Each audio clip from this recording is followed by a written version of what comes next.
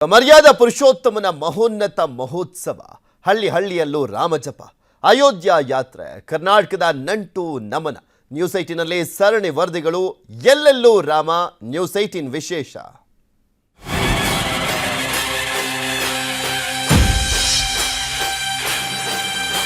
ಜೈ ಶ್ರೀ ರಾಮ ರಾಮ ರಾಮ ರಾಮ ರಾಮ ರಾಮ ರಾಮ ಜೈ ಶ್ರೀ ರಾಮ ರಾಮ ರಾಮ ರಾಮ ರಾಮ. ಜನವರಿ 22ರಂದು ಅಯೋಧ್ಯೆಯಲ್ಲಿ ಶ್ರೀರಾಮ ಪ್ರಾಣ ಪ್ರತಿಷ್ಠಾಪನೆ ಆಗ್ತಾ ಇದೆ.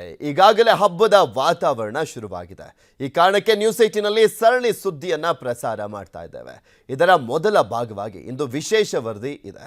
ಕರ್ನಾಟಕದಲ್ಲಿರುವಂಥ ಕಿಷ್ಕಿಂಧ ನಗರ ಹಂಪಿಗೂ ಉತ್ತರ ಪ್ರದೇಶದ ಅಯೋಧ್ಯೆಯ ರಾಮನಿಗೂ ಕೂಡ ನಂಟಿದೆ.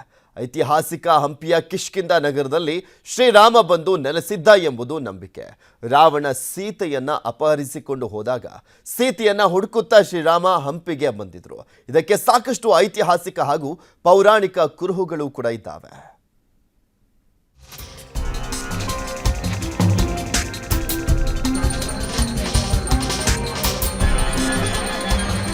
ಹಂಪಿಯ ಮೌಲ್ಯವಂತ ಪರ್ವತದಲ್ಲಿರುವಂಥ ಐತಿಹಾಸಿಕ ರಘುನಾಥ ದೇವಾಲಯದಲ್ಲಿ ತಪಸ್ಸಿಗೆ ಕುಳಿತುಕೊಂಡಿರುವಂಥ ಶ್ರೀರಾಮನ ವಿಗ್ರಹ ಕಾಣಬಹುದು. ಶ್ರೀರಾಮಚಂದ್ರರು ತಪಸ್ಸಿಗೆ ಕೂತಂತ ವಿಗ್ರಹ ಕಾಣುವುದು ಇದೊಂದೇ ಕಡೆ. ಶ್ರೀರಾಮನ ತಪಸ್ಸಿಗೆ ಕುಳಿತುಕೊಂಡಿರುವಂಥ ಕಲ್ಲಿನ ವಿಗ್ರಹದ ಜೊತೆಗೆ ಸೀತೆ, ಲಕ್ಷ್ಮಣನ ಕಲ್ಲಿನ ವಿಗ್ರಹಗಳನ್ನು ಇಡಲಾಗಿದೆ. ಬಂಡೆ ಮೇಲೆ ಹನುಮಂತನ ಚಿತ್ರ ಕೊರೆಯಲಾಗಿದೆ.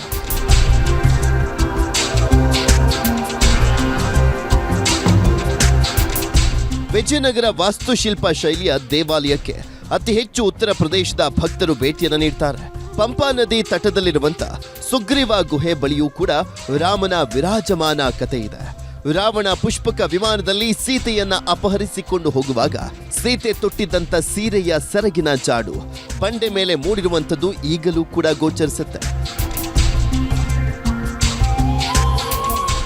ಸುಗ್ರೀವರ ಸಹಾಯ ಪಡೆದಂತ ಶ್ರೀರಾಮಚಂದ್ರರು ಪಂಪ ವಿರೂಪಾಕ್ಷ ದೇವರಿಗೆ ಪೂಜೆಯನ್ನ ಸಲ್ಲಿಸಿ ಆಶೀರ್ವಾದವನ್ನ ಪಡೆದು ಸೀತೆಯ ರಕ್ಷಣೆಗೆ ಲಂಕೆಗೆ ಹೋದರು ಅಂತ ಹೇಳಲಾಗ್ತಾ ಇದೆ. ವಾಲಿ ಸುಗ್ರೀವರ ಯುದ್ಧ, ವಾನರ ಸೈನ್ಯಕ್ಕೆ ಸುಗ್ರೀವರನ್ನ ಪಟ್ಟಕ್ಕೆ ಏರಿಸಿದ್ದು, ಸುಗ್ರೀವರು ವಾಸವಿದ್ದಂತ ಗುಹೆಯೇ ಈ ಎಲ್ಲದಕ್ಕೂ ಸಾಕ್ಷಿ. ಮಾಲ್ಯವಂತ ರಘುನಾಥ ದೇವಾಲಯದಲ್ಲಿ ಪ್ರಭು ಶ್ರೀರಾಮಚಂದ್ರ ಚಾತುರ್ಮಾಸವನ್ನ ಕಳೀತಾನೆ ಅಂತ ಅದ್ಭುತ ಒಂದು ಸ್ಥಳ. ಅಲ್ಲಿ ಅಖಂಡ ತುಳಸಿ ರಾಮಾಯಣ ಪಠಣ ಆಗ್ತಾ ಇದೆ.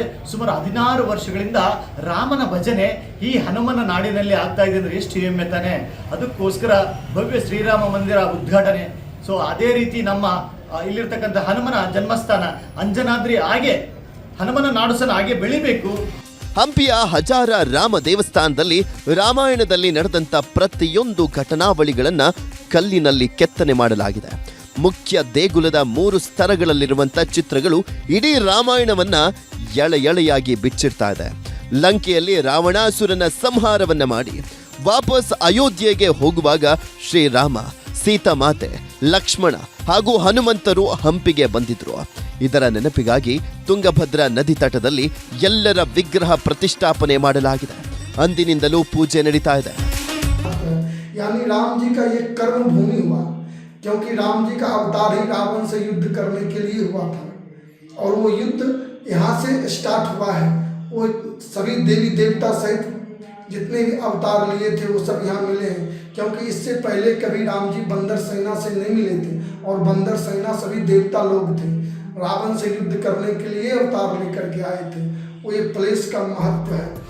ಹಂಪಿಯಲ್ಲಿನ ಎಲ್ಲ ಅರಸು ಮನೆತನಗಳು ಶ್ರೀರಾಮ, ಸೀತೆ, ಲಕ್ಷ್ಮಣರ ವಿಗ್ರಹಗಳನ್ನು ಪ್ರತಿಷ್ಠಾಪನೆ ಮಾಡಿದ್ದಾರೆ. ಹಂಪಿ ಹಾಗೂ ಹಂಪಿ ಸುತ್ತಮುತ್ತ ಸಾಕಷ್ಟು ದೇವಾಲಯಗಳಿರುವಂಥದ್ದೇ ಇದಕ್ಕೆ ಸಾಕ್ಷಿ. ಬಸವರಾಜ ಹರನಹಳ್ಳಿ, ನ್ಯೂಸ್ 18 ಬಳ್ಳಾರಿ. ಕನ್ನಡಿಗರ ಮೆಚ್ಚಿನ ನಿಮ್ಮ ನ್ಯೂಸ್ 18 ಕನ್ನಡ ಈಗ ವಾಟ್ಸ್ಆಪ್ನಲ್ಲಿಯೂ ಲಭ್ಯ. ಕರ್ನಾಟಕ ಮತ್ತು ದೇಶ ವಿದೇಶದ 360 ಡಿಗ್ರಿ ಸುದ್ದಿ ವಿವರವನ್ನ ನೀವು ನಿಮ್ಮ ಕೈ ಬೆರಳುಗಳಲ್ಲಿಯೇ ಪಡೆಯೋದಿಕ್ಕೆ ಈ QR ಕೋಡ್ ಅನ್ನು ಸ್ಕ್ಯಾನ್ ಮಾಡಿ. ನಮ್ಮ ಚಾನೆಲ್ ಅನ್ನು ಫಾಲೋ ಮಾಡಿ, ನೋಟಿಫಿಕೇಶನ್ ಆನ್ ಮಾಡಿ.